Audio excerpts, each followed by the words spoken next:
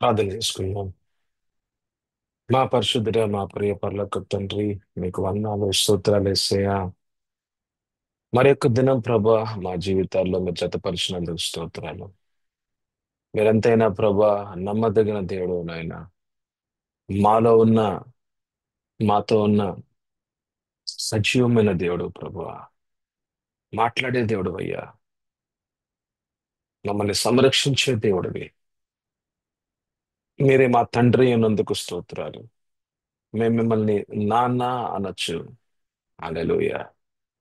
అయ్యా, మా దేవాతి దేవుణ్ణి మేము నాన్న అనే ఒక కృప, అనే ఒక యోగ్యత మాకు ఇచ్చినందుకు స్తోత్రాలు. డాడీ అని పిలిస్తే, నాన్న అని పిలిస్తే ప్రభా పలికే దేవుడుగా ఉన్నావయ్యా. హల్లెలూయా రాజా. నీకే వందనాలు, స్తోత్రాలు తండ్రి. అయ్యా, మా అందరితో మీరు మాట్లాడమని, ప్రభా మాకు మార్గాన్ని చూపించమని, ఎందుకంటే మీరే మార్గం, మీరే సత్యం, మీరే జీవం ప్రభువా. నీవు తప్ప వేరే మార్గము లేదు మాకు. హల్లెలూయా రాజా. మమ్మల్ని అందరినీ ఆత్మీయతలో ప్రభు ఎదిగింపచేసి మమ్మల్ని పరిపక్వతలోకి తీసుకువచ్చి మమ్మల్ని సంపూర్ణులుగా పరిపూర్ణులుగా ప్రభు మీ చేతుల్లో వాడబడే సాధనాలుగా చేసి మా ద్వారా ప్రభు మీ యొక్క మహిమను ప్రకటించుకోమని దేశ దేశాల్లో తండ్రి, రాష్ట్రాల్లో, మా సమాజాల్లో ప్రభా మేము మీకు సాక్ష్యకరంగా ఉండడానికి మీరే కార్యం చేయమని అడుగుతూ మీ పునరుద్ధారపు శక్తి మా ద్వారా ప్రకటింపబడే గొప్ప జీవితాలుగా మీరు మారుస్తున్న విధానం బట్టి స్తోత్రాలు. ఈ రోజు కూడా మీరు మాతో మాట్లాడతారని నమ్మచ్చు. పరిశుద్ధాత్మ దేవుని చేతులకు అప్పగించుకుంటూ నా ఆత్మ ప్రాణ శరీరాలని అయా మీ యొక్క చిత్తానికి అనుగుణంగా తండ్రి మీ వాక్కుకి అధీనంలోకి తీసుకువస్తూ మీరే మాతో మాట్లాడమని అడుగుచు యేసు పరిశుద్ధ నామంలో అడుగుచున్నాము తండ్రి. ఆమేన్. ఆమేన్. హల్లెలూయా. మరి యొక్క దినం మనం దేవుని సన్నిధిలో మనం ఉంటూ ఉన్నాం. సో దేవుని వాక్య భాగంలో నుంచి మనము కొన్ని మూలోపదేశాలని మనము విందాం. ఎఫెసీయులు 6 అధ్యాయం 14 వచనంలో ఉన్నామండి. మనము సర్వాంగ కవచము అనే ఒక అంశంలో మనం ముందుకెళ్తూ ఉన్నాం. సర్వాంగ కవచము అన్నది చాలా ప్రాముఖ్యమైన వాక్య భాగము. మనము అర్థం చేసుకోవాల్సిన వారంగా ఉన్నాం. మనం తెలుసుకోవాల్సిన వారంగా ఉన్నాం. ఎందుకంటే ప్రతి విశ్వాసకి వాక్య భాగంలో ఉన్న మర్మాలు తెలియాలి. అలాగా మనకు తెలిస్తేనే గాని మనము దేవునిలో మనం నిలకడగా మనం ముందుకు వెళ్ళలేము. కాబట్టి మనం వాక్య భాగాలని మననం చేయాలి. కేవలం మనం చదివే వాళ్ళంగా ఉండకూడదు, కానీ వాక్య భాగాలని మననం చేస్తూ ఉండాలి. నూతన నిబంధన గ్రంథం, నూతన నిబంధనలో ఎఫెసీయులు ఎఫెసీయులు రాసిన పత్రిక 6 అధ్యాయము 14 వచనంలో మనం ఉంటూ ఉన్నాం. సర్వంగ కవచములో మొదటి ఆయుధము, దేవుడు మనకిచ్చిన ఆయుధాల్లో మొదటి ఆయుధముగా ఇక్కడ మనం చూస్తూ ఉన్నాం. సర్వాంగ కవచంలో మొదటి అతి ప్రాముఖ్యమైన ఆయుధము. ఇది తెలియకపోతే ఉమ్, ఇది ఈ యొక్క ఆయుధం గురించి మనకు తెలియకపోతే, ఈ ఆయుధము ఎలాగా మనలో మన జీవితంలో భాగం అవుతుందో మనకు తెలియకపోతే, ఈ ఆయుధాన్ని ఎలాగా వాడాలో మనకు తెలియకపోతే, మరి మిగతా ఆయుధాలు ఎలాగా మన ఉపయోగంలోకి తీసుకొని రాగలం? సో కాబట్టి ఈ ఆయుధం గురించి మనము బాగా నేర్చుకునే వాళ్ళంగా ఉండాలి. సో అదే విషయాలు మరి పౌలు మరి ఎఫెసీయులు 4 అధ్యాయంలో కూడా మరి రాస్తూ ఉన్నాడు. చూద్దామండి. ఎఫెసీయులు 6:14. ఎలాగనగా మీ నడుమునకు సత్యమును దట్టి కట్టుకొని, అంటే మనం యుద్ధంలో ఉన్నాము అన్నది వాస్తవం. అంటే ఒకవేళ మనం నమ్మినా నమ్మకపోయినా ప్రతి విశ్వాస జీవితము యుద్ధములో ఉన్నది. యుద్ధ భూమి మీద నడుస్తూ ఉన్నది. మన మనస్సు అన్నది టార్గెట్ అన్నమాట. మన మనస్సు అన్నది అపవాది యొక్క టార్గెట్. అయితే అస్త్రం సంధించేది ఏమిటి అంటే, అంటే అపవాది రాజ్యంలో నుంచి అస్త్రాన్ని సంధించేది ఏమిటి అంటే అబద్ధము. సో అపవాది యొక్క ఉద్దేశం ఏమిటి అని అంటే మనల్ని దేవుని నుంచి దూరపరచుట, దేవుని ఉద్దేశాల నుంచి దూరపరచుట, దేవుని చిత్తం అన్నది మన జీవితంలో నెరవేర్చకుండా ఉండుట. నెరవేర్చబడకూడదు. దేవుని చిత్తం అనేది మన జీవితంలో నెరవేర్చబడకూడదు. మనము దేవుని నుంచి దూరం అయిపోవుట, మనము సంఘ సహవాసం నుంచి దూరం అయిపోవుట, మన యొక్క సాంగత్యము నుంచి మనం దూరం అయిపోవుట, ఒంటరి జీవితము జీవించుట, నిస్సహాయ స్థితిలో ఉండుట, ముందుకు వెళ్ళలేని స్థితులుగా మన జీవితాలు ఉండుట, ఎప్పుడు కూడా రోగాల మధ్యలో మన జీవితాలు జీవించుట, అప్పుల బాధల మధ్యలో, అదే సమస్యల మధ్యలో ఇంకా నిరాశ నిస్పృహల్లోనే జీవించే అటువంటి జీవితాలుగా ఉండటము అన్నది అది అయ్యో, అపవాది యొక్క అవన్నీ కూడా కుయుక్తులు అన్నమాట. అవన్నీ కూడా యుక్తులు, లేకపోతే యుక్తులు అంటే మంచివి, కుయుక్తులు అంటే ఇన్ని కూడా ఆ స్- ఆ, అంటే ఎదుటివాని జీవితం ఆ యొక్క అంటే మానవుని జీవితం ఇలానే ఉండాలి, దేవునికి దూరంగా ఉండాలి అన్నది అపవాది యొక్క ఆలోచనలు. అయితే అలాగ మనం జీవించాల్సిన అవసరం లేదు. అంటే అపవాది మాత్రమే కార్యం చేయట్లేదు, కానీ దేవుడు కూడా కార్యం చేస్తున్నాడు. దేవుని కార్యాలు అపవాది కార్యాలని నష్టపరచొచ్చు. దేవుని కార్యాలు అపవాది కార్యాలని నష్టపరచొచ్చు. అయితే దానికి మీ యొక్క చిత్తం అన్నది చాలా ప్రాముఖ్యం. మీ యొక్క మనసు అన్నది చాలా ప్రాముఖ్యం. మీ యొక్క మనసు అన్నది దేవుని వైపు తిప్పుతున్నారా, లేకపోతే అపవాది వైపు తిప్పుతున్నారా అన్నది మీ యొక్క నిర్ణయమై ఉందన్నమాట. అయితే మనము సత్యాన్ని దట్టి కట్టుకొని అనే ఒక మాట మరి పౌలు రాస్తూ ఉన్నాడు. సత్యాన్ని దట్టి కట్టుకోవటం అంటే ఒక బెల్ట్ ఎలాగైతే మనం వేసుకుంటామో అట్లాగా, ఒక షర్ట్ ప్యాంట్ వేసుకుంటే మనం ఇన్షర్ట్ చేసుకుంటే బెల్ట్ ఎలాగ వేసుకుంటామో అట్లాగా సత్యాన్నంట నీ యొక్క నడుముకి, అంటే నీ యొక్క నీ యొక్క జీవితాల్లో ఒక భాగం అయిపోవాలి అని అంటున్నాడు అనమాట. నువ్వు కట్టుకోవాలంటున్నాడు. అంటే సత్యం అనేది ప్రభు మనతో మాట్లాడతాడు. వాక్యంలో ఉన్న సత్యం ఏంటో ప్రభు మీతో మాట్లాడుతూ ఉంటారు. అయితే ఈ సత్యం అనేది నీ జీవితంలో భాగం అయిపోవాలి. ఆమె ఇది నీ బెల్ట్ అంటారు కదా, ఇది నీ బెల్ట్ అంటారు. నువ్వు వేసుకుంటే, నువ్వు కొనుక్కున్నావు బెల్ట్, నువ్వు కట్టుకుంటున్నావు బెల్ట్, ఇది నీ బెల్ట్ అయిపోద్దాం. అది నా బెల్ట్ ఎక్కడుందని అంటాం ఇంట్లో మనం. నా బెల్ట్ ఎక్కడుందంటే అప్పుడు భార్య అంటది, అది అక్కడ ఉందండి అంటాం అనమాట. ఆ బెల్ట్ నీది అది. ఆ బెల్ట్ నీది అంటే నువ్వు స్వతంత్రించుకున్నావు, అంటే ఆ బెల్ట్ నువ్వు కొనుక్కున్నావు కాబట్టి అదే బెల్ట్ నీదైపోయింది. అలాగే దేవుని వాక్యంలో ఉన్న సత్యాన్ని నీకు బోధిస్తూ ఉన్నప్పుడు, నువ్వు వింటూ ఉన్నప్పుడు ఆ సత్యం ఇంకా నీ జీవితంలో భాగమే. ఆమె హల్లెలూయా. ఆ సత్యం ఇంకా నీ జీవితంలో భాగమే. హల్లెలూయా. మరి సత్యం అన్నది మన జీవితంలో భాగం ఎలా అవుతుంది అన్నది మనం మాట్లాడుతూ ఉన్నాం అన్నమాట. ఎందుకంటే సత్యాల్లో మనము స్థాపించబడాలి అంటే ఒక్కరోజు పని కాదు అది. అదేదో ఒక్కరోజు ఏదో జరిగిపోయే పని కాదు. ఒకరోజు ఇల్లు కడతామండి, ఇల్లు ఒక రోజులో కట్టేస్తామా? కాదు కదా. ఒక పునాదులు వేయడానికి ఒక 2 నెలలు పడుతుందో, 1 నెల పడుతుందో, తర్వాత చిన్న చిన్నగా రాళ్ళు అమర్చి ఇటుకలు, దానితో చిన్న చిన్నగా ఇల్లు అనేది మనం కడుతూ ఉంటాం. అలాగే సత్యములో కూడా నిర్మాణము చేయబడాలంటే, సత్యములో కూడా మన జీవితాలు స్థాపించబడాలి అంటే గనుక అసలు ఈ సత్యం అన్నది ఎలాగా మన జీవితంలో స్థాపించబడుతుంది అనేది మనం తెలుసుకోవాలి. మనకు తెలియదు ఇల్లు ఎలా కట్టాలో. మనం ఎవరిని అడుగుతాం? మనం ఇంజనీర్ని అడుగుతాం. ఇంజనీర్ గారు, మీ దగ్గర ఏమన్నా ఒక ప్లాన్ ఉందా అండి? ఆర్కిటెక్ట్ గారు, మీ దగ్గర ఏమైనా ప్లాన్ ఉందా అని అంటే ప్లాన్ గీసిస్తాడు. ప్లాన్ గీసి ఇచ్చి ఇలా ఇలా కట్టాలండి అంటాడు. అట్లాగే మన జీవితంలో కట్టేది ఎవరంటే పరిశుద్ధాత్మ దేవుడు. ఆయనకు అన్ని తెలుసు అన్నమాట. ఆయనకు అన్ని తెలుసు. యేసు ప్రభు గురించి అన్ని మనకు బోధించేది పరిశుద్ధాత్మ దేవుడు. వాక్యంలో నుంచి బోధించేది పరిశుద్ధాత్మ దేవుడు. ఎలాగైతే ఆర్కిటెక్ట్ మన చేతిగా బ్లూ ప్రింట్ ఇస్తాడో, ఇదిగో ఇలా కడతామండి ఇల్లు అంటాడు, అప్పుడు ఆహా అలా కడతారా, అయితే మేము బాగుంటాం, ఇల్లు బాగుంది, ఇల్లు మంచిగా ఉంది అనుకుంటా ఉంటాం. అట్లాగే మన జీవితంలో కట్టేది, మన అంతరంగ జీవితంలో సత్యాన్ని కట్టేది ఎవరంటే పరిశుద్ధాత్మ దేవుడే. అందుకే ఆయన పేరు స్పిరిట్ ఆఫ్ ట్రూత్ అని అంటున్నారు అనమాట. అది మనం యోహాన్ రాసిన సువార్తలో మనం చూస్తాం. స్పిరిట్ ఆఫ్ ట్రూత్ అని అంటే సత్యపూరితమైన ఆత్మ, అంటే సత్యములోకి నడిపించేది, సత్యాన్ని బోధించేది, సత్యాన్ని తెలియపరిచేది, సర్వ సత్యంలో నడిపించేది పరిశుద్ధాత్మ దేవుడే. ఆమేన్ హల్లెలూయా. సత్యము అని అంటే కేవలం ఒక శబ్దం మాత్రమే కాదు. సత్యం అంటే దివ్య వ్యక్తి. ఆయన ఎవరండి? యేసు ప్రభు. ఆమేన్ హల్లెలూయా. సత్యముతో నీ సంబంధము ఎంత సన్నిహితంగా ఉంటుందో అంతగా నీ జీవితంలో కూడా సత్యం అన్నది నిర్మాణము చేయబడుతూ ఉంటది. ఆమేన్ హల్లెలూయా. ఒక వ్యక్తితో నువ్వు చాలా దగ్గర సంబంధంగా నువ్వు నడుస్తున్నావు అనుకోండి. సరే, భార్య భర్తలే ఉన్నారు అనుకుందాం. భార్య భర్తలు ఇద్దరు చాలా సన్నిహితంగా, వాళ్ళు చాలా ప్రేమించుకుంటూ నడుస్తూ ఉన్నారు. 6 నెలల తర్వాత వాళ్ళు వీళ్ళు అవుతారంటారు, వీళ్ళు వాళ్ళు అవుతారంటారు. ఇంకా ఇంకా దగ్గర సంబంధంగా 6 సంవత్సరాలు ఉన్నారు అనుకోండి. ఇక భార్య మాట్లాడే మాటలు ముందుగానే భర్త మాట్లాడుతూ ఉంటాడు. ఇక భర్త మాట్లాడే మాటలు ముందుగానే భార్య మాట్లాడుతూ ఉంటుంది. చూసారా?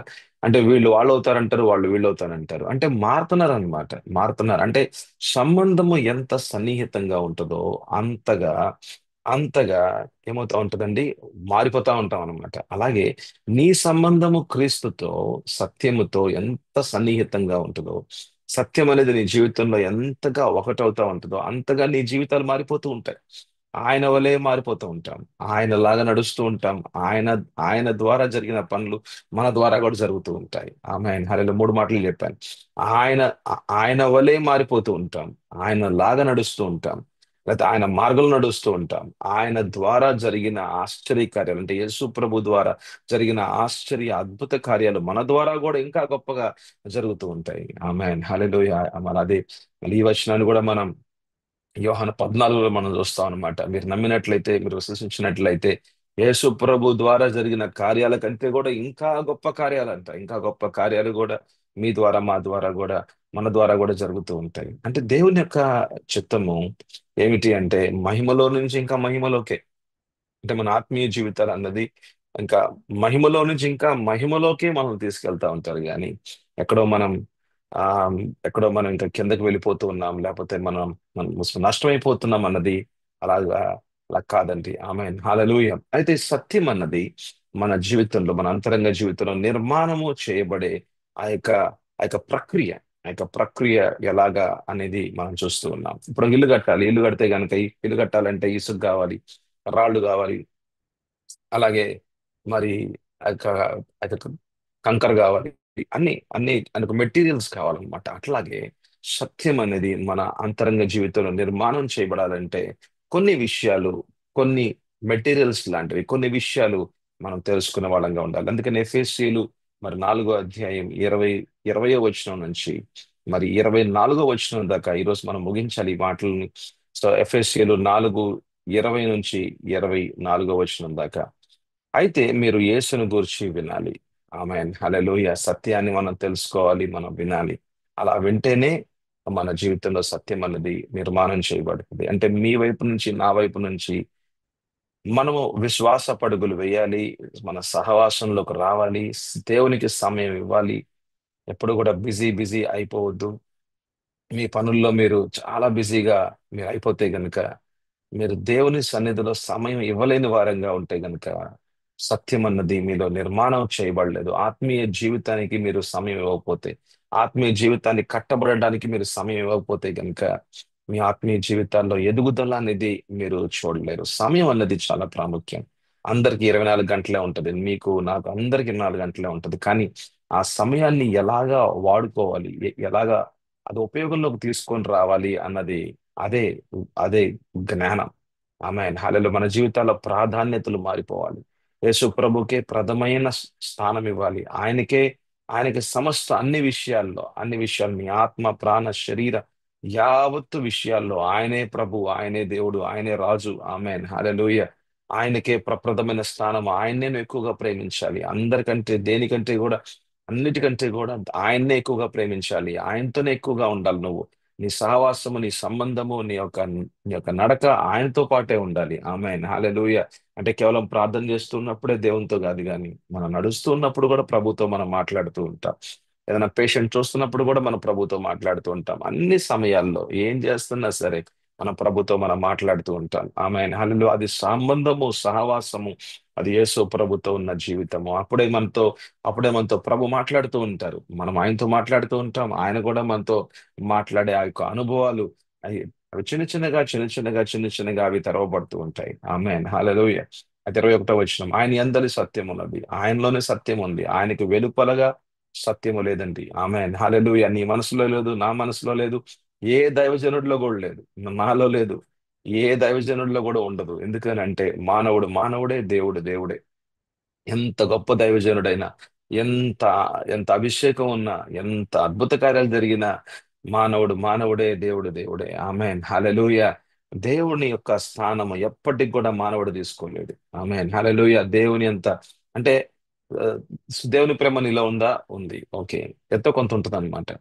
మరి దేవుని కరుణ నీలో ఉందా? ఓకే, ఎంతో కొంత ఉంటుంది. దేవుని స్వభావం నీలో ఉందా? ఓకే, ఎంతో కొంత ఉంటుంది. కానీ దేవుని యొద్ద ఉన్న పరిశుద్ధత అది ఎవ్వరిలో ఉండదు. ఆమె only God is holy. Only God is holy. మన బైబిల్ మన బైబిల్ గ్రంథం మొత్తం చూడండి మీరు. దేవుడే పరిశుద్ధుడు, దేవుడే పరిశుద్ధుడు, ఆయనే పరిశుద్ధుడు. మానవుడు ఎప్పటికి కూడా పరిశుద్ధుడు ఆయన వలే కాలేడు. ఆమె హాలేలు. పరిశుద్ధతలో మనం ఎదుగుతూ ఉంటాం కానీ, మనం కూడా మారుతూ ఉంటాం కానీ, అపరిశుద్ధత పోయి దుర్నీతిని ఆయన తీసివేసి మనల్ని దేవుడు ఆయన పరిశుద్ధంగా మారుస్తూ ఉంటాడు.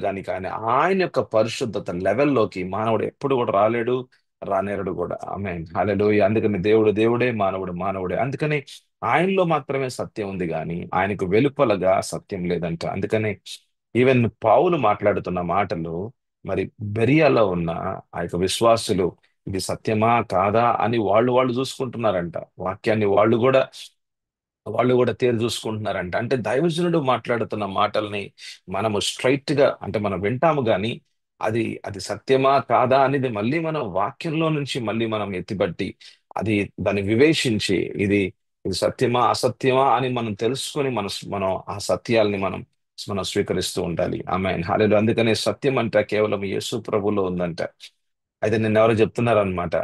వాళ్ళు ఏమన్నారంటే, అయ్యా, పుల్పిట్ మీద దైవజనులు, మన దైవజనులు అనే వాళ్ళు మరి పాస్టర్లు కానీ మరి ఎవరైనా సరే వాళ్ళు వాళ్ళు మాట్లాడుతున్న 40 నిమిషాలు ఒక గంట సేపు మాట్లాడుతూ ఉంటే దాదాపు ఒక 15 20 నిమిషాలు వాళ్ళ గురించి చెప్పుకుంటున్నారు. లేకపోతే లోకపరంగా మాట్లాడుతున్నారు, ఏదో జోకుల గురించి జోకులు వేస్తున్నారు. ఇక అవి అవి విని విని మాకెంత ఇబ్బందికరంగా ఉందంటే, ఎక్కడైనా మాకు స్వచ్ఛమైన ఒక ఒక వాక్యం మాకు ఎక్కడ దొరుకుతుందా అనే ఒక పరిస్థితుల్లో మేము ఉన్నామో అని చెప్తే, అవునమ్మా, అవును కదా మరి. అమ్, ఒకవేళ మీకైనా సరే రేపొద్దున అంటే ఎక్కడైనా అవకాశం వస్తే గనక మీరు కానీ నేను కానీ ఒక 40 నిమిషాలు, ఒక 30 నిమిషాలు, 15 నిమిషాలు వాక్యం చెప్పే అవకాశం వస్తే మనం యేసుప్రభు గురించి చెప్దామమ్మా అని అనుకుంటా ఉన్నాం అనమాట. అయితే విషయం ఏంటంటే యేసు ప్రభు గురించి వింటేనంట, యేసు ప్రభు గురించి వింటే సత్యం అంటే ఏంటో తెలుస్తుందంట. అయితే ఉపదేశాల్లో కూడా మనం ఉంటూ ఉండాలి. ఉపదేశాలు అని అంటే టీచింగ్స్ అన్నమాట. అంటే టీచింగ్స్ అని అంటే ఒక రోజు, లేకపోతే ఆ, అంటే ఒక రోజులో ఒక గంట మనం టీచింగ్ వింటూ ఉంటాం. ఆ, మన స్కూల్లో మన పిల్లలు పంపిస్తూ ఉంటాం. మన పిల్లలు అనేకమైన ఉపదేశాలు వాళ్ళు నేర్చుకుంటూ ఉదయం సాయంకాలం నేర్చుకుంటూ ఉండి వాళ్ళు 1వ క్లాసు, 2వ క్లాసు, 3వ క్లాసు ఎలాగైతే వాళ్ళు వాళ్ళు పాస్ అయిపోయి ముందుకెళ్తూ ఉంటారు. అట్లాగా మన ఆత్మీయ జీవితంలో కూడా మనం ముందుకు వెళ్ళాల్సిన వాళ్ళంగా ఉండాలన్నా, దేవుని చిత్తం అనేది మన జీవితంలో జరుగుతూ ముందుకు వెళ్ళాల్సిన వాళ్ళంగా ఉండాలన్నా, అనేకమైన పరీక్షల్ని అంటే అపవాది తీసుకొచ్చే పరీక్షలు ఉంటాయి. అలాగైతే 1వ క్లాస్, 2వ క్లాస్, 3వ క్లాసులో పరీక్షలు ఉంటాయి. ఆ పరీక్షల వల్ల అలాగైతే పాస్ అవుతూ ముందుకు వెళ్తున్నారు. అట్లాగే మత్తయి సువార్త 4వ అధ్యాయంలో చూస్తాం కదా, యేసు ప్రభుతో పాటు యేసు ప్రభుని యేసు ప్రభు పరీక్షలోకి తీసుకువెళ్ళింది అపవాది ఆ యొక్క పరీక్షల్లో మరి ఆ యొక్క పరీక్షలు తీసుకువెళ్తే అది విషయం ఏంటంటే యేసు ప్రభు వాటిని అధిగమించి వాటి మీద జయం పొందుకొని ముందుకు వెళ్లే వారంగా ఉంటూ ఉన్నాడు. అందుకనే పరిచర్య ఆయన చేతికి అప్పగించబడింది. అయితే పరిచర్లో ఆయన ముందుకు వెళ్తూ ఉన్నాడు.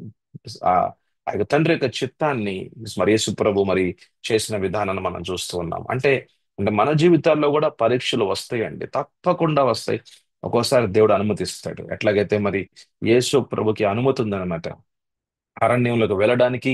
మరి అరణ్యములో ద్వారా అపవాది ద్వారా పరీక్షల్లో మరి అటువంటి అనుభవాల్లోకి కూడా వెళ్ళడానికి, అటువంటి విషయాల్లోకి వెళ్ళడానికి అనుమతి ఉంది. Amen hallelujah. God has to permit. Amen hallelujah. దేవుడు పర్మిషన్ ఇస్తేనే గాని అపవాది మన దగ్గరికి రాలేడు. అంత గొప్ప ఒక సంరక్షణ, అంత గొప్ప కంచె, దేవుని కంచె మన చుట్టూ ఉంటదన్నమాట. ప్రతి విశ్వాసి చుట్టూ అంత గొప్ప కంచె ఉంటది. అపవాది ఊరికే వచ్చి ఏదో చేసి వెళ్ళిపోయే పరిస్థితులు లేదండి. అది అంతకుముందు మనం అపవాదికి బానిసగా ఉన్నాం, మనం అవిశ్వాసులుగా ఉన్నాం, మన యొక్క పాపులుగా ఉన్నాం, పాప స్వభావంలో ఉన్నాం. అటువంటి జీవితాలు ఉన్నప్పుడు అటువంటి ఒక బానిసత్వంలో ఆ అపవాది యొక్క అధికారానికి లోబడి మనం జీవిస్తున్నాం కాబట్టి అపవాది ఏమైనా చేయగలడు.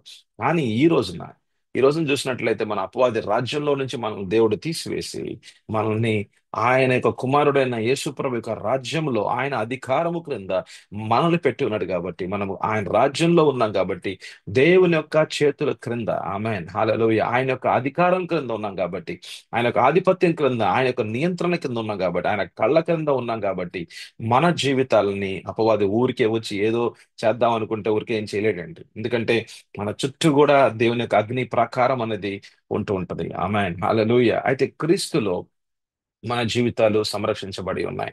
సో క్రీస్తులో మనకి సత్యం అంటే ఏమిటో మనం తెలుసుకుంటూ ఉంటాం. మనం ఆ సత్యంలో నిర్మాణము చేయబడుతూ ఉంటాం. అయితే ఉపదేశాలు అనేవి చాలా ప్రాముఖ్యం. ఏదో మనం విన్నామా వెళ్ళిపోయామా కాకుండా ఉపదేశాలు అనేవి మనం అర్థం చేసుకోవాలి. అంటే దేవుని యొక్క వాక్య భాగాల్ని మననం చేసే వాళ్ళంగా ఉండాలి. ఊరికే చదవద్దండి, ఊరికే చదివి వదిలేయద్దు. దేవుని వాక్యాన్ని ఏదో ఈరోజు ఉదయం పూట ఏదో ఆఫీస్కి వెళ్తున్నాం, లేకపోతే మన పనిలోకి వెళ్తున్నాం, అయితే పనికి వెళ్తున్నంటే ఏదో ఒకసారి బైబిల్ ఏదో ఒకసారి అలా తెరిచి ఈరోజు ఏదో సరే ప్రభా సంకీర్తనలు ప్రభా ఇది నాకు ఇస్తున్నావా వాక్యం అలా తీయంగానే ఏదో వాక్యం చదివేసేసి ప్రభా ఈ వాక్యం నా కోసమే అని పెద్దగా ఉపయోగం ఉండకపోవచ్చు. ఎందుకనంటే అంటే ఉపయోగం ఉండొచ్చేమో కానీ పెద్దగా ఉపయోగం ఉండకపోవచ్చు. అయితే నీకు ఉపయోగకరంగా ఉండాలి అంటే సత్యంలో నువ్వు నిర్మాణం చేయబడితే నిలకడమైన జీవితం, ఒక నిలకడ కలిగిన జీవితం, ఒక ఒక ఒక స్థిరమైన జీవితం, క్రీస్తులో నాటబడిన జీవితం చాలా ప్రాముఖ్యం. ఎందుకంటే రానున్న దినాలు చాలా భయంకరమైన దినాలు మనం చూడబోతున్నాం. భయంకరమైన దినాలు ఎలా ఉంటాయంటే ఇంకా అసలు విశ్వసించడానికే చాలా ఇబ్బందికరమైన దినాల్లోకి మనం వెళ్ళబోతున్నాం. ఎందుకంటే అంత్య దినాల్లో ఉన్నాం మనం. యేసు ప్రభు మెగారూఢే రాబోతున్నాడు ఆయన. అయితే అంధకార సంబంధమైన శక్తులు ఎంతగా విరివిగా పనిచేస్తున్నాయి అంటే ఎక్కడ చూసినా చావు చావు చావు, ఎక్కడ చూసినా మరణం, అటు చూస్తే ఇటు చూస్తే ఎక్కడ చూసినా సరే ఆ ఒక పాపం అనేది కనబడతా ఉంటది. అసలు అంధకారం అసలు ఇంకా ఎక్కువ అవుతుందా అనిపిస్తా ఉంటది. ఇక అపవాది ఎంతగా రాజ్యం వెళ్తున్నాడా అన్నట్టుగా ఉంటది. కానీ వీటన్నిటి మధ్యలో మనము సత్యములో నిలకడగా, సత్యములో ఒక స్థాపించబడిన వ్యక్తిగా మనం ఉండాల్సింది. Rooted and grounded in Christ. Amen hallelujah. క్రీస్తులో నాటబడిన వారే, క్రీస్తులో వేర్లంట చాలా లోతుగా వెళ్ళిపోవాలంట. ఇక ఆ చెట్టు పెద్దగా అవుతా ఉంటది, వేర్లు లోతుగా ఉంటాయి. ఇక గాలి వచ్చినా తుఫాన్ వచ్చినా ఈ పెద్దగా చెట్టు పెద్దగా ఏమి ఊగదు. ఒకవేళ ఊగినా సరే పడిపోదు, వేర్లతో తీసివేయబడదు. అటువంటి పరిస్థితులుగా, అటువంటి జీవితాలుగా మన జీవితాలు ఉండాలి. క్రీస్తులో అటువంటి లోతుగా నాటబడిన జీవితాలుగా ఉండటం అనేది చాలా ప్రాముఖ్యం అండి. హల్లెలూయా. అందుకని మనం వాక్యాన్ని కేవలం చదివే వారంగా ఉండకూడదు, మననం చేసేవారుగా ఉండాలి. Meditating the word of God. Hallelujah. అందుకని కీర్తనలు 1 అధ్యాయం రాసి ఉంటుంది, మనం చదువుతాం. ఆ వాక్యాన్ని చదివేది అని రాయలేదు అక్కడ, వాక్యాన్ని మననం చేసేది అని రాసింది అక్కడ. Those who meditate the word of God day and night అని రాసింది. దివారాత్రములు దేవుని వాక్యాన్ని మననం చేసేవాళ్ళు అని మాట రాసింది అక్కడ. హల్లెలూయా. అటువంటి జీవితం ఒక చెట్టు వలె, నీటి ఎర్రన నాటబడిన చెట్టు వలె ఉంటదంట. ఎప్పుడు కూడా ఫలభరితమైన జీవితం, ఎప్పుడు పచ్చగా ఉంటది, ఎప్పుడు ఫలభరితంగా ఉంటది. ఇక చుట్టూ కూడా ఒక ఎండ ఉన్నా, వాన ఉన్నా, గాలున్నా, వరద ఉన్నా, ఏదైనా సరే ఆ చెట్టు మటుకు అది ఎప్పుడు కూడా అది ఎప్పుడు కదల్చబడిన చెట్టుగా, ఎందుకంటే వేర్లు చాలా లోతుగా వెళ్ళిపోయినాయి. లోతుగా అంటే ఏంటంటే భూమి లోపలికి వెళ్ళిపోయింది గనక వేర్లు, దాని తర్వాత మొదలు కూడా చాలా పెద్దగా ఉంది గనక ఆ చెట్టు పెద్దగా కదల్చబడదు. హల్లెలూయా. అటువంటి ఆత్మీయ జీవితాలుగా మీ జీవితాలు, మన జీవితాలు ఉండాలి అన్నదే దేవుని చిత్తం. హల్లెలూయా. దానికే మనం మాట్లాడుతూ ఉన్నాం అనమాట. అయితే అపవాదిని ఎదిరించాలన్నా, అపవాది మీద మనము జయం పొందుకోవాలి అంటే కూడా మన అంతరంగ జీవితం మీద ఆధారపడింది. ఏదో పైపైన నాలుగు అన్ని భాషలు మాట్లాడితే ఏం కుదరదండి. ఏదో నాలుగు మాటలు రీ బాబా శాంతి నీ అరైకానా మాలది అని చెప్పి మనం అన్ని భాషలు మనం మాట్లాడినా ఒక లోపల గనక సబ్స్టెన్స్ లేకపోతే, లోపల గనక వాక్యం లేకపోతే, లోపల గనక వాక్కులో ఉన్న ప్రత్యక్షతలు మనలో గనక లేకపోతే, వాక్యంలో నిర్మాణము చేయబడకపోతే, పై పైన మనం ఎన్ని ప్రార్థనలు చేసినా సరే, పై పైన గట్టి గట్టిగా ప్రార్థనలు చేయి, నువ్వు ఎన్ని ఉపవాసాలను తీసుకో, అయితే నీ యొక్క సమస్యల్లో ఒకవేళ అపవాదే రాజ్యం వెళ్తున్నాడు అంటే కనుక అపవాదిని డిస్లాట్ చేయాలంటే, అపవాదిని తీసివేయాలంటే మనకు అధికారం కావాలి. అధికారం పని చేయాలంటే మటుకు, అంటే అధికారం ఇచ్చారు ప్రభు, కానీ అధికారం పని చేయాలంటే మటుకు ఆయనకు అధీనంలోకి రావాలి. ఆయనకు అధీనంలోకి వస్తేనే అధికారం పనిచేస్తుంది. అధికారం పనిచేయాలంటే మటుకు ఆయనకు అధీనంలోకి రావాల్సిందే. There is no other way. ఇంకా వేరే మార్గం లేదు. అందుకే యేసే మార్గం. హల్లెలూయా. ఆయనకు అధికారంలోకి, ఆయన అధికారం అనేది మన ద్వారా పనిచేస్తేనే గాని, అందుకని లూకా 10 మనం 19 చూస్తాం అనమాట.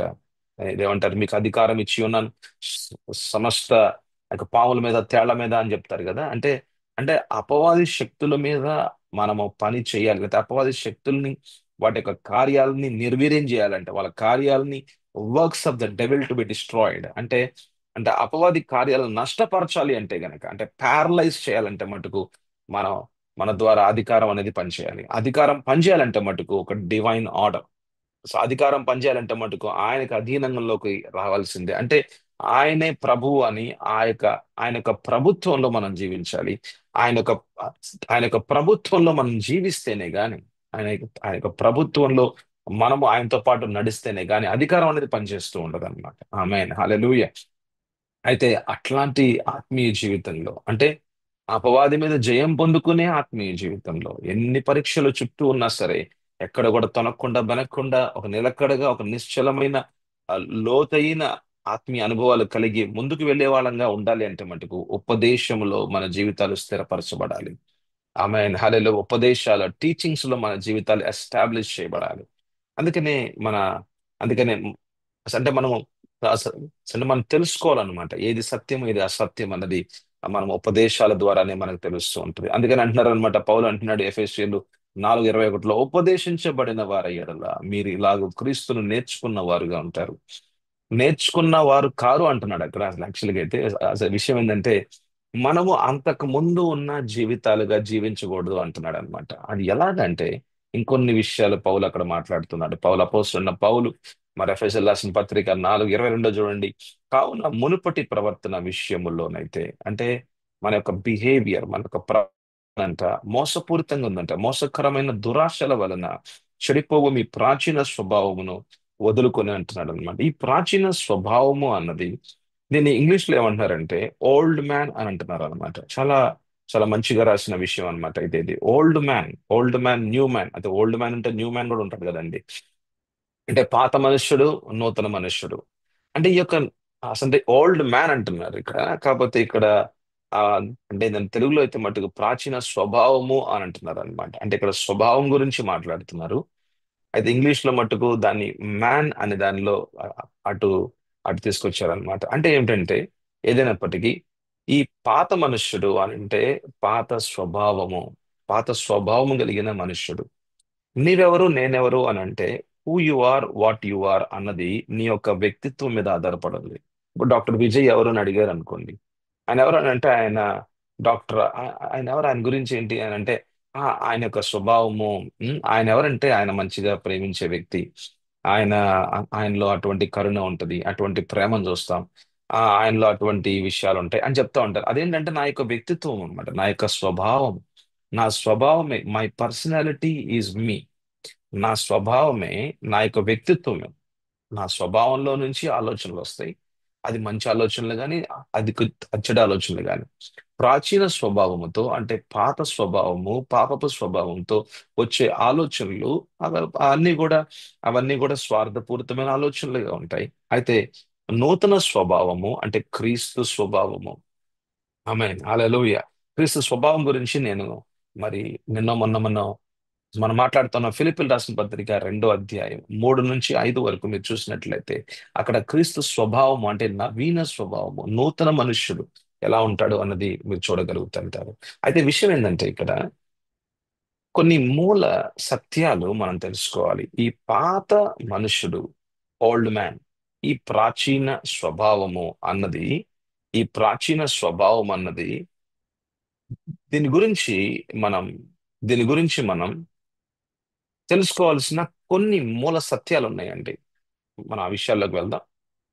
రోమిల్ రాసిన పత్రిక 6వ అధ్యాయం, చాలా ప్రాముఖ్యమైన వాక్య భాగాలు ఇవి. ఇవి ప్రతి ఒక్కరు, ఇది ఆల్ ఏబిసిస్ అన్నమాట. ఇవి మన యొక్క ఆత్మీయ జీవితాల పునాదుల్లో కొన్ని మూల రాళ్ళు అన్నమాట.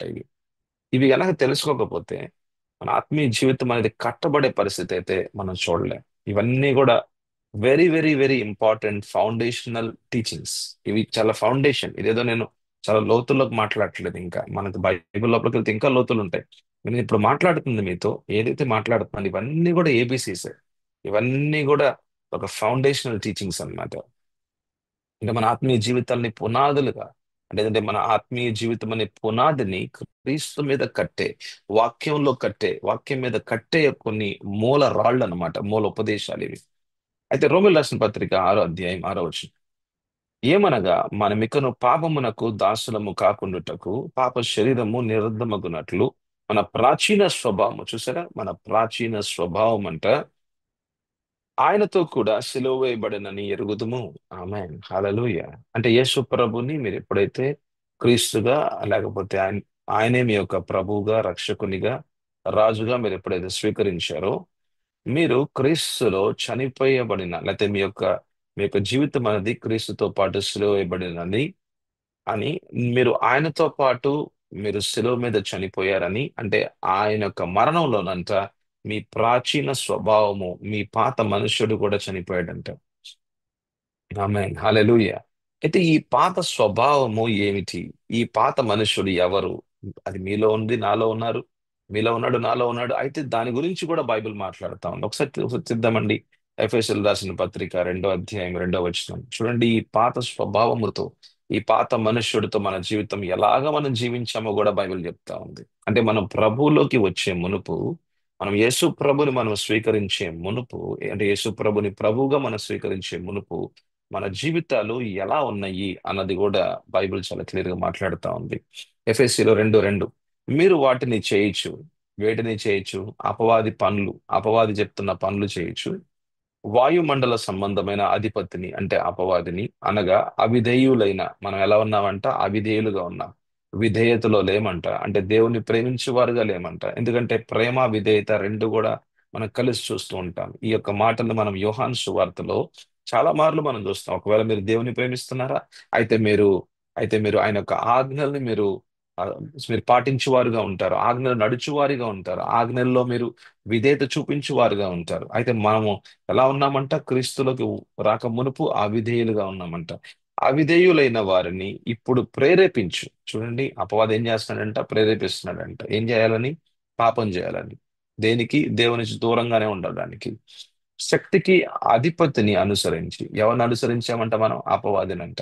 అంటే ఏంటి? అబద్ధాలకు అనుగుణంగా, అబద్ధాల జనకుడైన అపవాదికి అనుగుణంగా జీవిస్తున్నామంట.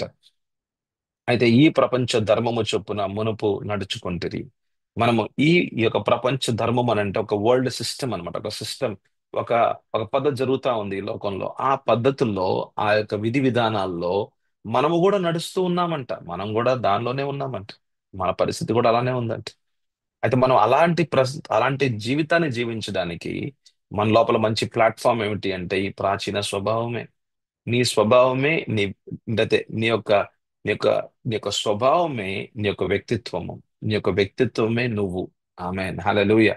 నీలో ఉన్న స్వభావానికి అనుగుణంగానే ఆలోచనలు గాని, మాటలు గాని, ప్రవర్తన గాని, నీ యొక్క నీ యొక్క వ్యక్తిత్వము గాని, అది చిన్నగా ఎలా కనబడుతుంది అంటే నీ యొక్క పర్సనాలిటీ, నీ యొక్క వ్యక్తిత్వము, నీ వ్యక్తిత్వమే నువ్వెవరు అని అంటే, నువ్వు నీవు గాని, నేను గాని, మీరు గాని, నేను గాని, మన యొక్క పరిచయం ఏమిటి అని అంటే, మన పరిచయం ఏమిటి అంటే నేనెవరు అని అంటే నా యొక్క వ్యక్తిత్వమే. ఆమేన్, హల్లెలూయా. నా యొక్క వ్యక్తిత్వాన్ని నిర్మాణం చేసేది ఏమిటి అంటే స్వభావమే.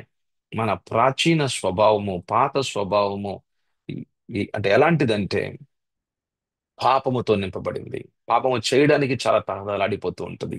లోకం అంటే చాలా ప్రీతికరంగా ఉంటది. మన ఈ యొక్క శరీరపరమైన కార్యాలు చేయడానికి ముందుగా వెళ్తూ ఉంటది. అయితే అవిధేయులుగా జీవించడానికి చాలా ఇష్టపడుతూ ఉంటది. దేవునికి వ్యతిరేకంగా జీవించడానికి చాలా ఇష్టపడుతూ ఉంటది. అయితే దేవునికి అంటే వ్యతిరేకంగా ఉండడానికి కూడా, ఒక శత్రువుగా ఉండడానికి కూడా ఇష్టపడుతూ ఉంటది. అపవాదిని ఎక్కువగా ప్రేమిస్తూ ఉంటుంది. అంటే ఏంటంటే అపవాదిని అని అంటే ఆ అపవాది ఏదైతే నిర్మాణం చేశాడో ఈ లోకంలో ఒక కొన్ని పద్ధతుల్ని, ఒక సిస్టమ్ నిర్మాణం చేశాడు. ఆ సిస్టమ్ లోనే మనకు మంచిగా అనిపిస్తా ఉంటది అనమాట. అయితే దేవుని విషయాలు అయితే మాకొద్దు, మాకొద్దు, మాకొద్దు, మాకు ఇదొద్దు, మాకు మాకు ఇదే కావాలి అనే ఒక ఇష్టపూర్వకంగా వెళ్ళే ఒక పరిస్థితి అనమాట. అదంతా కూడా చూడండి, ప్రాచీన స్వభావములో, పాపపు స్వభావంలో పాపము చేయడానికి చాలా తహతలాడిపోతుంది. దప్పిక, ఆకలి, అంటే దేనికంటే పాపము చేయడానికి. పాపం పాపం అందుకనే వ్యభిచారంలోకి ఒక్కసారి వెళ్ళారా, వాళ్ళు వ్యభిచరిస్తూనే ఉంటారు. ఒక్కసారి కాదు, 2 సార్లు, 3 సార్లు, 4 సార్లు, 5 సార్లు, ప్రతిరోజు అదే అమ్మాయి కావాలంటాడు. ప్రతిరోజు, ఒక రోజు ఇక ఒక ఒక 6 నెలలు ఒక అమ్మాయితో అయిపోయిందంటే ఇంకా అమ్మాయి బోర్ కొడతా ఉంటుంది. ఇంకా వేరే అమ్మాయి మళ్ళీ ఇంకా అందమైన అమ్మాయి కోసం తిరుగుతూ ఉంటాడు. ఎందుకంటే పాపం పాపం పాపం, చేయాలి చేయాలి చేయాలి. ఈరోజు తాగాడనంటే ఓకే, కానీ రేపు ఎల్లుండి తాగుతా ఉన్నాడా, ఇంకొకసారి అలవాటైందా, పాపానికి దాసుడుగా అయిపోయాడా, ఎప్పుడు పాపం పాపం అదే బాగుంటది అనమాట, అదే బాగుంటది. మనం ఒకవేళ ఆ సమయంలో రాయా దేవుని దగ్గరికి, రా ప్రభు నాకు వద్దు బాబు, నువ్వు వెళ్ళు నాయన, నువ్వు వెళ్ళు సంఘానికి వెళ్ళు, నేను పోతానులే, నా పని అది అంటాం. ఎందుకు అంటున్నాడంటే మన యొక్క పాత స్వభావములో అదే పాపము చేయాలనే, మోసపూరితమైన జీవితాన్ని జీవించాలని, అపవాదితో ఉండాలని, అవిధేయులుగా జీవించాలని, లోకనాథులతో ఉండాలని, లోక సంబంధులుగా ఉండాలని, ఇక శరీరానుసారమైన జీవితాన్ని జీవించాలని, దేవుని దగ్గర నుంచి దూరంగా ఉండాలని, వైరంగా ఉండాలని, విరోధత్వముగా ఉండాలని, ఇక ఎట్లా ఉంటదంటే పరిస్థితి, ఇక పాపములో ఊబుల్లో ఇక మునిగి తేలుతా ఉంటాడు అనమాట. ఇక అది మన పాత జీవితం, అది అవిధేయతలో ఉన్న జీవితం, అది అపవాది సంబంధి జీవితం, అది అపవాదితో అనుసరించి అనుగుణంగా వెళ్ళే జీవితం. మరి అటువంటి పాత జీవితాన్నంట, అటువంటి పాత మనుషుణ్ణంట, పాత స్వభావాన్నంట యేసు ప్రభు శిలువ మీద ఆయన శిలువ వేసి, అంటే ఆయనతో పాటు మరణంలోకి తీసుకువెళ్ళాడంట. ఆమెన్ హల్లెలూయా, ఎంత గొప్ప విషయమో కదా. Amen hallelujah. మన పాత స్వభావాన్ని మనం మార్చుకోలేమని, ఇక ఎంత మార్చుకున్నా సరే, ఎంత రిపేర్ చేసినా సరే అది మళ్ళీ రిపేర్ లోకే వెళ్తుందని, ఎంత మార్చుకుందామని ట్రై చేసిన. అందుకని చాలా మంది 40 దినాలు, 50 దినాలు, 30 దినాలు, 20 దినాలు, 10 దినాలు అని చెప్పి ఎన్నెన్నో నిష్ఠలు, ఎన్నెన్నో కార్యాలు చేస్తూ ఉంటారు. అంటే మేము అది చెయ్యం, ఇది చెయ్యం, మేము ఆ తాగం, మేము లేకపోతే మేము సిగరెట్ తాగం అని చెప్పి ఎన్నెన్నో మాటలు మాట్లాడుతూ ఉంటారు. అయినప్పటికీ కూడా చివరికి వాళ్ళు మళ్ళీ తాగుతూనే ఉంటారు, మళ్ళీ అవే పనుల్లోకి వెళ్తూ ఉంటారు. ఎందుకంటే నువ్వు నువ్వు ఇది పై పైన ఎంతగా రిపేర్ చేసినా, నీ ప్రాచీన స్వభావాన్ని ఎంతగా రిపేర్ చేసుకున్నా అది మారేది కాదు. అది ఎవరు కూడా మార్చలేరు, నువ్వు మార్చుకోలేవు, ఎవరు మార్చలేరు. నువ్వు ఎంత కౌన్సిలింగ్లు పోయినా, ఏమి చేసినా సరే చివరికి అదేదో ఒక తాత్కాలికంగానే ఉంటదేమో గాని, ఏ శక్తి దగ్గరికి వెళ్ళినా, ఎక్కడికి పోయినా సరే, నీలో ఉన్న ఈ ప్రాచీన స్వభావము, నాలో ఉన్న ప్రాచీన స్వభావము, ఎవరిలో ఉన్న ప్రాచీన స్వభావాన్ని ఎవ్వరూ మార్చుకోలేరు, ఎవ్వరు మార్చలేరు కూడా, ఎవరు మార్చలేరు, ఎవరు మార్చుకోలేరు కూడా. అదేదో మార్చే విషయం కాదు అది, అది చనిపోవాలి. Amen hallelujah. రిపేర్ కాదు చేయాల్సింది, దాన్ని మరణంలోకి తీసుకొని రావాలి. హల్లెలూయా. చెట్టు కాయలే సరిగ్గా లేవు, ఇక నువ్వు ఎంత చేసినా సరే ఆ చెట్టుని తీసేయాలి. ఆ చెట్టు వేర్లే, అసలు వేర్లతో సహా తీసేయాలి అంతే. కొత్త విత్తనం వేయాల్సిందే, కొత్తగా ఆ యొక్క విత్తనం వేయాల్సిందే, మంచిగా భూమిని సిద్ధపరచాల్సిందే, విత్తనం వేయాల్సిందే, నీళ్లు పోయాల్సిందే, చిన్న చిన్నగా మొక్క రావాల్సిందే, కొంచెంసేపు ఆగాల్సిందే, చిన్న చిన్నగా చెట్టు మళ్ళీ మంచి చెట్టుగా రావాల్సిందే. అప్పుడే మంచి ఫలాలు అనేది మళ్ళీ మనం చూస్తూ ఉంటాం. Amen hallelujah. అలాగే వేరులతో సహా తీసివేయటం అని అంటే మరణించటం. Amen hallelujah. ఆ పని నువ్వు చేయలేవు, నేను చేయలేను, దేవుడు మాత్రమే చేయగలడు. ఎందుకు అనంటే ఆయనే సృష్టికర్త, నీ సృష్టికర్త, నా సృష్టికర్త, మన యొక్క తల్లి గర్భములో సృష్టించింది ఆయనే. సృష్టికర్త చేతుల్లోకి నీ జీవితాన్ని అప్పగిస్తేనే గాని నీ అంతరంగ జీవితాన్ని మార్చలేరు. ఆమేన్ హల్లెలూయా. మార్పు అనేది దేవుని చేతుల్లో ఉందండి. మార్పు అనేది సజీవమైన దేవుని చేతుల్లో ఉంది. అంటే సత్యము తెలుసుకుంటేనే నీకు విడుదల అనేది మనం యోహాను 8:32 మనం చూస్తాం. అందుకని సత్యం అంటే యేసు ప్రభు. ఏదో మనం వచ్చామా వెళ్ళిపోయామని కాదు, కానీ యేసు ప్రభు ఎవరో మనం తెలుసుకుంటేనే, యేసు ప్రభుని మనం వింటేనే, యేసు ప్రభుని మనం స్వీకరిస్తేనే, సత్యాన్ని స్వీకరిస్తేనే, ఆ సత్యం ఒకటి మనం ఇక్కడ చూస్తా ఉన్నాం. రోమిలో 6:6 మనం చూస్తా ఉన్నాం. ఏం చూస్తా ఉన్నామండి? యేసు ప్రభుతో పాటు అంట మనము చనిపోయామంట.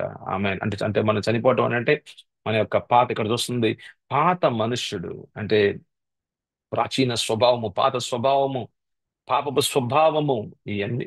సో ఇవి ఎలాగంటే యేసు ప్రభుతో పాటు మరణించినాయి అంట. ఆమేన్ హల్లెలూయా. యేసు ప్రభుతో పాటు మరణించింది. మరి యేసు ప్రభుతో పాటు మరణించినది సత్యమైతే, మరి దేవుడు కూడా అలానే చూస్తూ ఉన్నాడు. మరి మీరు చూస్తున్నారా? దేవుడు వాక్యానుసారంగా అలానే చూస్తున్నాడు. మరి ఆయన నీ పాత స్వభావం అనేది మరణించింది. నువ్వు కూడా మరి అటువంటి మరి నువ్వు కూడా అటువంటి సత్యంలో మరి నువ్వు కూడా మరి నమ్ముతున్నావా? ఆమేన్ హల్లెలూయా. అయితే మనం ఇదే అధ్యాయంలో మరి దేవుడు మరి చూస్తున్నాడు అలాగా, నీ పాత స్వభావం అన్నది మరణించిందనేది దేవుడు చూస్తున్నాడు. ఎందుకంటే యేసు ప్రభు మరి అటువంటి గొప్ప కార్యం ఆయన యొక్క బలిదానం ద్వారా చేసి ఉన్నాడు. మరి దేవాది దేవుడు అలా చూస్తున్నాడు, మరి నువ్వు కూడా చూడాలి అంటున్నారు ప్రభు. ఆమేన్ హల్లెలూయా. అది నువ్వు కూడా నమ్మాలంటున్నారు ప్రభు. అది నువ్వు కూడా నమ్మాలి. అది అది నమ్మితేనే దాని యొక్క పర్యవసానంగా ఫలాన్ని చూస్తావు. నూతన స్వభావంలో నీ జీవితం అనేది మారటం అనేది చూస్తావు అనమాట. ఒకవేళ నువ్వు నమ్మకపోతే గనక, అంటే విశ్వాసుల జీవితాలు మాత్రమే వారి అంతరంగ జీవితాల్లో మార్పుని చూస్తూ ఉంటారు. అందుకని అవిశ్వాసుల జీవితాల్లో మార్పు ఉండదు. వాళ్ళ స్వభావంలో మార్పు ఉండదు. అదే గొడవలు, అదే పరిస్థితి, వాళ్ళ ఇంట్లో ఏ గొడవలు, భర్త వాళ్ళు అదే అదే వాళ్ళు ఎప్పుడు అలానే కొట్టుకుంటూనే ఉంటారు. ఎందుకు అని అంటే, ఎందుకు ఆ గొడవలు మారవు అని అంటే, వాళ్ళ అంతరంగ జీవితాలు మారలేదు. ఎందుకు మారలేదంటే వాళ్ళు యేసు ప్రభువులోకి రాలేదు. వాళ్ళు యేసు ప్రభుని వాళ్ళ యొక్క ప్రభువుగా రక్షకునిగా స్వీకరించలేదు. నీవు ఒకవేళ గనక యేసు ప్రభుని స్వీకరించకపోతే నీ అంతరంగ జీవితాలు మారలేవు, మారలేవు, మారలేవు. ఎవ్వరు మార్చలేరు. ఎన్నిసార్లు ఎక్కడికి వెళ్ళినా, ఎటు తిరిగినా, ఎంత దూరం పోయినా, ఏ కొండలెక్కినా, ఎటు పోయినా సరే, నీ అంతరంగ జీవితాల్ని నువ్వెంతగా మార్చుకుందాం అనుకున్నా, నీ పాపాలను ఎంత కడుక్కుందామని నువ్వు ఎంతగా ప్రయత్నాలు చేసినా, నీ జీవితం, నా జీవితం, ఎవరి జీవితం మారలేదు. కానీ మన జీవితాల్ని మార్చేది కేవలం ప్రభు మాత్రమే. మన జీవితం అనే పాత్రల్ని దేవునికి అప్పగిస్తేనే గాని, ఆయన సత్యాన్ని వింటేనే గాని, ఆయన ఉపదేశాల్లో మనం స్థాపించబడాలనే ఒక ఆశ ఉంటేనే గాని, ఎటువంటి సత్యాలు మనం అర్థం చేసుకొని మనం కూడా నమ్మితేనే గాని మన ఆత్మీయ జీవితాలు, లేకపోతే మన యొక్క అంతరంగ జీవితాలు మారకుండా ఉంటాయండి. ఆమేన్, హల్లెలూయా. రోమీయులు 6:11 చూడండి. అదే అధ్యాయంలో మనం రోమీయులు రాసిన పత్రిక 6 అధ్యాయం 11 చూడండి. అటువలే మీరును పాపము విషయమై మృతులుగాను, చూడండి, మీరును అంటున్నారు. దాన్ని అండర్లైన్ చేసుకోవాలి. మీరును అంటే ఇక్కడ మిమ్మల్ని, మమ్మల్ని అంటే మనందరినీ, అంటే యావత్తు మానవునికి చెప్తున్న మాటలు అన్నమాట ఇవి. ప్రతి విశ్వాసితో మాట్లాడుతున్న మాటలు ఇవి. అయితే అటువలే మీరును అంటే మనం చేయాల్సిన పని చెప్తున్నారు. మీరును పాపము విషయమై మృతులుగాను, దేవుని విషయమై క్రీస్తు యేసునందు సజీవులుగాను మిమ్మల్ని మీరే ఎంచుకొనుడి. ఆమేన్, హల్లెలూయా. ఇది మనం చేయాల్సిన పని. ఆయనతో పాటు మనం చనిపోయాము అన్నది, ఆయనతో పాటు మనం చనిపోయాము అన్నది అది సత్యం. అది అయితే ఆ సత్యాన్ని మీరు నమ్మాలి, విశ్వసించాలి. అది మీరు మీరు అవును, అవును, అవును అని ఎంచుకోవాలంట. అవును, అవును ప్రభువా, అవునయ్యా, నీవే నా సృష్టికర్త, నా జీవితం నీలోనే ఉందయ్యా. యేసు ప్రభు నా జీవితాన్ని ఆయన మీద వేసుకొని, ఆయనలో తీసుకొని, నా పాపాన్ని, నా యొక్క పాపపు స్వభావాన్ని, నా యొక్క ప్రాచీన స్వభావాన్ని, నా పాత మనుష్యుడిని ఆయనలో ఆయన తీసుకొని ఆయన మరణంలోకి తీసుకువెళ్ళాడు. నేను నమ్ముతున్నాను. మీరు చెప్తున్నారు, నేను నమ్ముతున్నాను. ఆమేన్, హల్లెలూయా. అలాగే 12వ వచనం, అంటే 13వ వచనం కూడా చూడండి. రోమీయులు 6:12-13.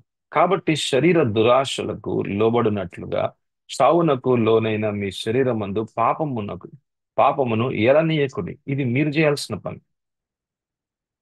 అంతకుముందు చూస్తుంది యేసు ప్రభు చేసిన పని సెలువు మీద. ఒకవైపు చూస్తుందేమో సెలువు మీద యేసు ప్రభు చేసిన పని. ఆయన చేసిన పనిని నువ్వు నమ్ముతున్నావా? విశ్వసిస్తున్నావా? విశ్వసిస్తే గనక నీవు కార్యంలోకి తీసుకొని రావాలి. విశ్వసించి ఏది పనిలోకి తీసుకురాకుండా ఉంటే అది అది మరణంలో ఉన్న విశ్వాసము, లేకపోతే మృతమైన విశ్వాసము. అంటే నువ్వు మాట విన్నావు, విశ్వాసం ఉందంటున్నావు కానీ అది కార్యరూపంలోకి తీసుకొని రావట్లేదు. నువ్వు నమ్మావు యేసుప్రభు దేవుడని, అయితే నువ్వు ఇంకా అపవాదితోనే ఉన్నావు అనుకో, అది మృతమైన విశ్వాసం. నువ్వు యేసుప్రభుని నీకు ప్రభుగా స్వీకరించానంటావు, కానీ నువ్వు నీటి బాప్తిజం తీసుకోవు. మూడు నెలలు 3 సంవత్సరాలు అవుతాయి, 4 సంవత్సరాలు అవుతాయి, 5 సంవత్సరాల నుంచి సంఘానికి వస్తూ పోతున్నావు కానీ నీటి బాప్తిజం అనుభవంలోకి ఎందుకు వెళ్ళట్లేదు అంటే, విశ్వాసపు పనుల్లో నువ్వు ముందుకు వెళ్ళట్లేదు. విశ్వాసంలో నువ్వు ముందుకు వెళ్ళట్లేదు. అయితే అంటే విశ్వాసంలో ముందుకెళ్ళటం అంటే విశ్వాసపు అడుగులు వేయట్లేదు. విశ్వాసం అన్నది కార్యరూపంలో కనబడితేనే అది జీవపు విశ్వాసము, జీవం కలిగిన విశ్వాసం అది. అయితే విషయం ఏంటంటే ఇక్కడ ఇటు చూస్తేనేమో మరి యేసు ప్రభు శిలువ మీద నీ యొక్క పాత స్వభావాన్ని తీసివేశాడు అని చెప్తూ ఉన్నారు. అది నువ్వు నమ్మావా? నమ్మితే గనక విశ్వాసముతో నీవు అడుగులు ముందుకు వేయాలి. దేనిలో? ఆ సత్యంలో. ఏమిటి అనేది చెప్తున్నారు అన్నమాట. చూడండి, రోమీయులు 6:12. కాబట్టి శరీర దురాశలకు లోబడినట్లుగా చావునకు లోనైన మీ శరీరమందు పాపమును ఎలనీయకుడి. అంటే ఇది మీ వైపు, అంటే మీ యొక్క చిత్తాన్ని ఇక్కడ ఉపయోగంలోకి తీసుకొని రావాలి. ఎక్కడుందండి చిత్తం? మన యొక్క ప్రాణంలో ఉంది. మానవుల్లో 3 భాగాలు ఉంటాయి: ఆత్మ, ప్రాణ, శరీరం. ఈ యొక్క ఈ యొక్క ప్రాణంలో, అంటే ఆత్మ, ప్రాణ, శరీరం కదా. ఈ యొక్క మన యొక్క ప్రాణంలో ఉన్నదండి చిత్తము. ఆమె మన యొక్క మనస్సు, మన యొక్క చిత్తము, మనం మన యొక్క భావనలు, ఇమోషన్స్ అనేవి మన యొక్క ప్రాణంలో మనం చూస్తూ ఉంటాం. అయితే ఈ యొక్క చిత్తాన్ని మనం ఉపయోగంలోకి తీసుకొని రమ్మంటున్నాడు. ఆమె హల్లెలూయా. మన చిత్తాన్ని ఉపయోగంలోకి మనం తీసుకురావాలి అంట. అంటే మన చిత్తాన్ని దేవుని వాక్యానికి అధీనంలోకి తీసుకొని రావటం. అదేమిటి అంటే, నేను చనిపోయాను అంటే నా యొక్క పాపం అన్నది, ప్రాచీన స్వభావం అన్నది ప్రాచీన స్వభావం అన్నది, పాత మనుష్యుడు అనేవాడు, నేను అంతకు ముందు ఎలాగైతే మోసపూరితంగా దేవునికి వైరంగా, విరోధంగా, ఆ ఈ లోక సంబంధంగా, ఈ యొక్క శరీరాశలతో, ఈ యొక్క ఈ యొక్క లోకానుసారంగా నేను జీవించిన ఆ జీవితం, అదంతా కూడా పాత మనుష్యుడు. అదంతా కూడా పాత మనుషుని యొక్క జీవితం. ఈ పాత మనుష్యుణ్ణి యేసు ప్రభు శిలువ మీద ఆయన మరణంలోకి తీసుకుని వెళ్ళాడు. కాబట్టి ఆ పాత మనుష్యుడు ఇక నాలో మరణించాడు. అది సత్యం. అయితే దాన్ని విశ్వాసపు అడుగులు అనంటే, ప్రతిరోజు కూడా మనము వాటిని కార్యరూపంలోకి తీసుకొని రావాలి. దానికి నీ చిత్తం అనేది చాలా ప్రాముఖ్యమయ్యా. అయితే ఈ- నేను అంతకుముందు నాకు అంతకుముందు మెగాస్టార్ చిరంజీవి గారు అంటే ఇష్టం నాకు.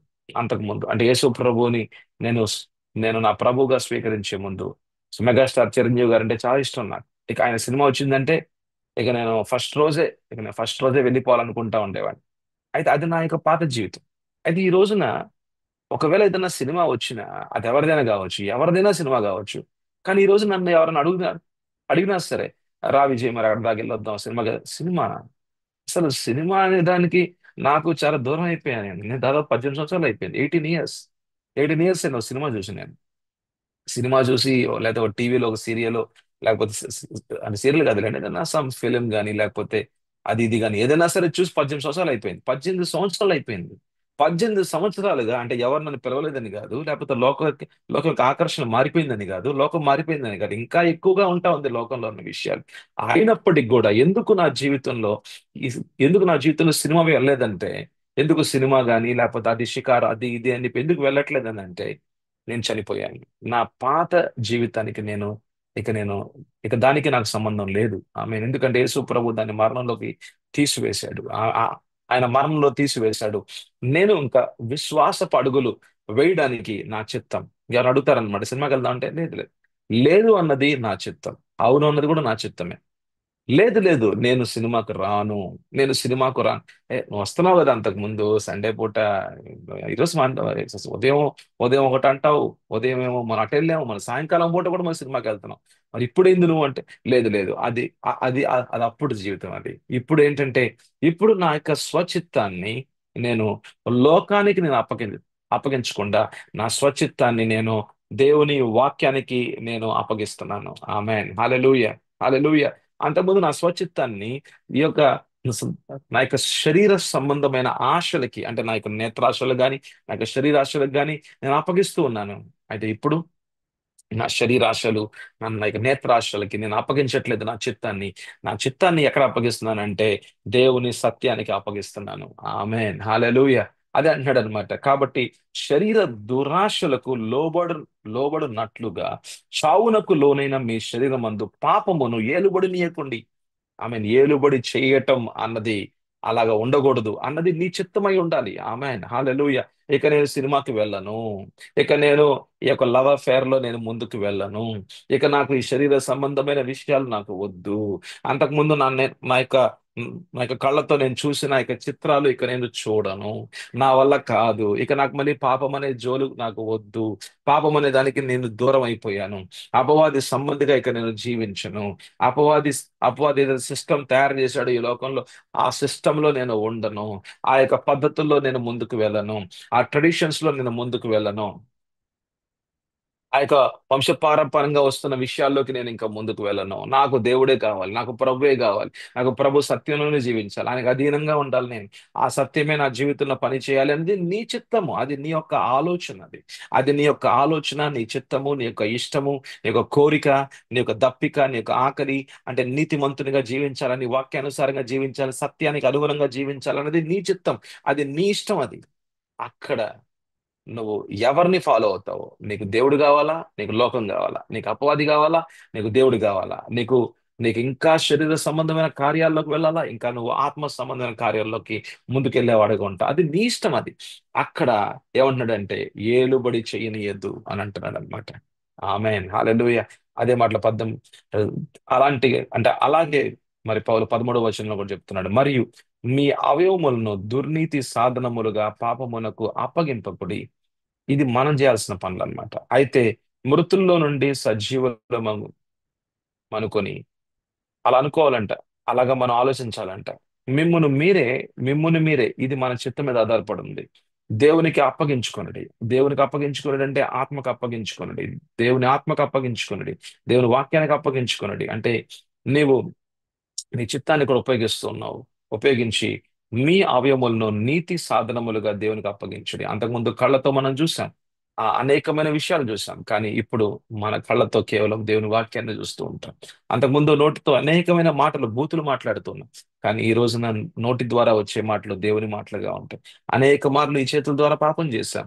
కానీ ఈ రోజున చేతుల్లో బైబిల్ ఉంటది. మరి నా యొక్క చేతుల ద్వారా దేవుని యొక్క పనులు జరుగుతూ ఉంటాయి. అనేక మార్లు కాళ్ళు ఎన్నో వ్యభిచార గృహాల్లోకి వెళ్ళి లోక లోక సంబంధంగా మనం జీవించాం. అయితే ఇప్పుడు మనం సంఘంలోకి వెళ్తూ ఉంటాం. అనేక మార్లు మన కాళ్ళు ఆ హాలని, ఈ హాలని, ఈ సినిమా హాలని, అట్లా ఈ లోకపరంగా మనం తిరిగాం. కానీ ఇప్పుడైతే మటుకు మనము ఈ యొక్క కాళ్ళు ఎక్కడ ఉండాలి అంటే దేవుని సంఘంలో ఉండాలి, దేవుని సన్నిధిలో ఉండాలి, దేవునితో పాటు ఉండాలి, దేవుని సహవాసంలో ఉండాలి. ఇదంతా కూడా మీ యొక్క చిత్తం మీద ఆధారపడింది. ఆమేన్, హల్లెలూయా. సత్యం తెలుసుకున్నట ఒకటి, సత్యం నడుచుట ఇంకొకటి. దానికి విశ్వాసపు అడుగులు వేస్తూ ఉండాలి. ఆమేన్, హల్లెలూయా. ప్రార్థన చేసుకుందాం. ప్రభు నాయన మీకు వందనాలు, స్తోత్రాలు తండ్రి. అయా మాకు ఇచ్చిన ప్రభా యొక్క వాక్య భాగాన్ని బట్టి వందనాలు, స్తోత్రాలు ప్రభా. అయా తండ్రి, మీరు మా మధ్యలో ఉన్నారని మేము నమ్ముచూ ఉన్నాం. హల్లెలూయా రాజా. మీరే మాకు ప్రభా తండ్రి, మీరే ప్రభా తండ్రి మా యొక్క ప్రభు అయి ఉన్నారు. మా ముందు నడుస్తున్న గొప్ప కాపరవై ఉన్నావు యేసయ్యా. నీకు వందనాలు, స్తోత్రాలు తండ్రి. ప్రభా, అయా నేను ఒకవైపు సత్యం ఏంటో తెలుసుకుంటున్నాం, కానీ ఆ సత్యం నడవాలి అంటే విశ్వాసపు అడుగులు, జీవపు విశ్వాసము. అయా మృతమైన విశ్వాసములో కార్యాలు ఉండవు. అయా తండ్రి, పనులు ఉండవు. గాని అయా తండ్రి, జీవపు విశ్వాసం అయితే అయా ఆ విశ్వాసంలో తండ్రి మా యొక్క చిత్తాన్ని గనక మేము కూడా అవును ప్రభు, మీరు చెప్పిన మాటకు అనుగుణంగా జీవించాలని అయా మాలో నేను అటువంటి దప్పిక, అటువంటి ఆకలి, సారీ, నీతి కొరకు జీవించాలని, వాక్యానుసారంగా జీవించి వాక్యానుసారంగా జీవించాలన్న ఆశ తండ్రి మా అందరిలో మీరు పెట్టి ఉన్నారు తండ్రి. ఆమేన్, హల్లెలూయా. చిన్న పిల్లవాడు ఎలాగైతే నీ ఒక బిడ్డ పుడతాడో, నేను పుట్టిన వెంటనే ఏడుస్తూ ఉంటాడు తండ్రి. కొంచెంసేపు తర్వాత ఎలాగైతే పాల కోసం ఏడుస్తూ ఉంటాడో, అలాగే నూతన జన్మ అనుభవంలో వచ్చిన ప్రతి ఒక్క జీవితం, ప్రతి ఒక్క వ్యక్తి యొక్క జీవితంలో పాల కోసం, శుద్ధమైన పాల కోసం, మీ యొక్క వాక్యము కోసం ఏడుస్తూ ఉంటారు. అయా తాతాలాడిపోతుంటారు, తపిస్తూ ఉంటారు. వాక్యం నాకు ఇంకా కావాలి, నేను ఇంకా వాక్యం నేర్చుకోవాలి, నాకు ఇంకా వాక్యం తెలియాలని ఎక్కడ నాకు వాక్యం దొరుకుతుంది, ఎక్కడ నాకు వాక్యం అనేది నేను వినగలుగుతూ ఉంటాను అని వాళ్ళు సంఘానికి వాళ్ళని మీరు జతపరుస్తారు. వాళ్ళు కూడా సంఘానికి వస్తూ ఉంటారు. వాళ్ళు అటువంటి ఆశలు ఉంటాయి అయా అటువంటి నూతన జన్మ అనుభవము ప్రతి ఒక్కరికి మీరు దయచేయమని అడగచ్చు తండ్రి. ఎవరైతే యేసు ప్రభుని అయా నేను వారి యొక్క ప్రభుగా స్వీకరిస్తున్నారో, మీరు తప్పకుండా యోహాను 1వ అధ్యాయము 12, 13కు అనుగుణంగా వాళ్ళలో నూతన జన్మ అనుభవంలోకి తీసుకువస్తున్నారు. హల్లెలూయా రాజా. వారి ఆత్మలని మీరు జీవంలోకి తీసుకువస్తున్నారు. అటువలే తండ్రి, ఈ మాటలు వింటున్న ప్రతి ఒక్కరి జీవితంలో మీరు కార్యం చేయాలనుకుంటున్నారు కానీ మా యొక్క చిత్తం మీద కూడా ఆధారపడి ఉంది. మేము మా జీవితాల్ని మీకు అప్పగిస్తున్నామా, లేకపోతే మా చేతులను పెట్టుకుంటున్నామా?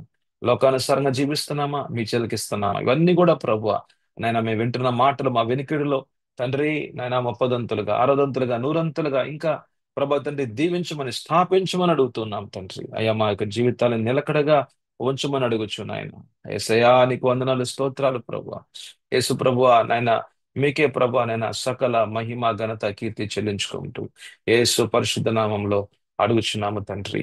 ఆమెన్, ఆమెన్, ఆమెన్, హల్లెలూయా.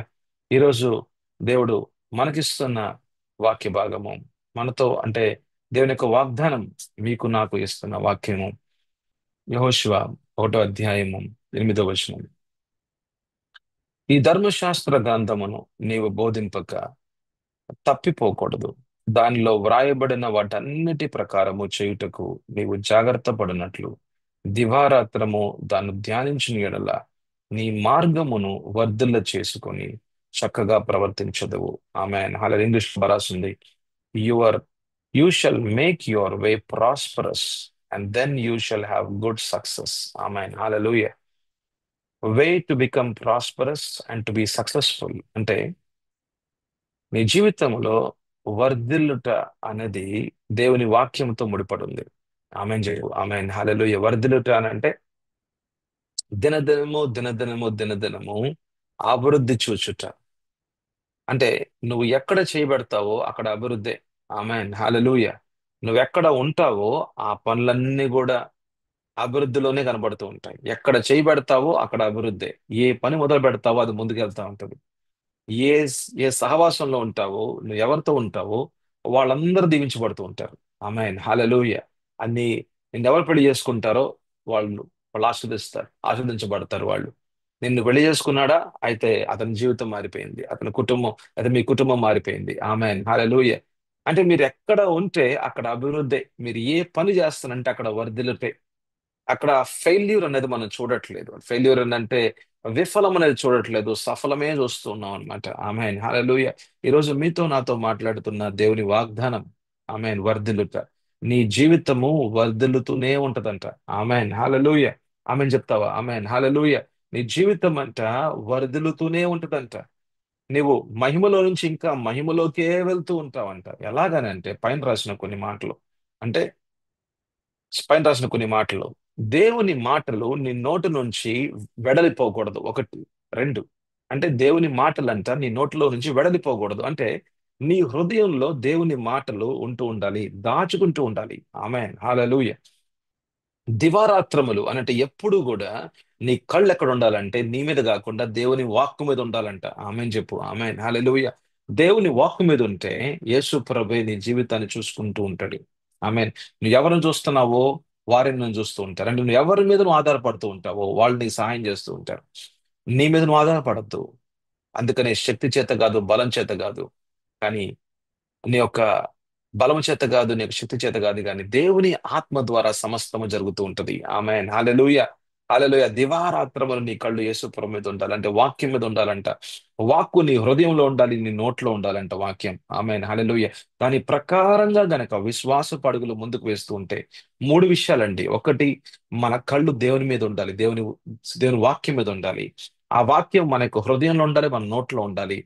మూడు, మన యొక్క యావత్తు పనులు, యావత్తు యా- అసలు అంటే మన యొక్క విశ్వాసపు కార్యాలు అనేవి దేవుని వాక్యానుసారమైన కార్యాలు, దేవుని వాక్యానుసారమైన జీవితము.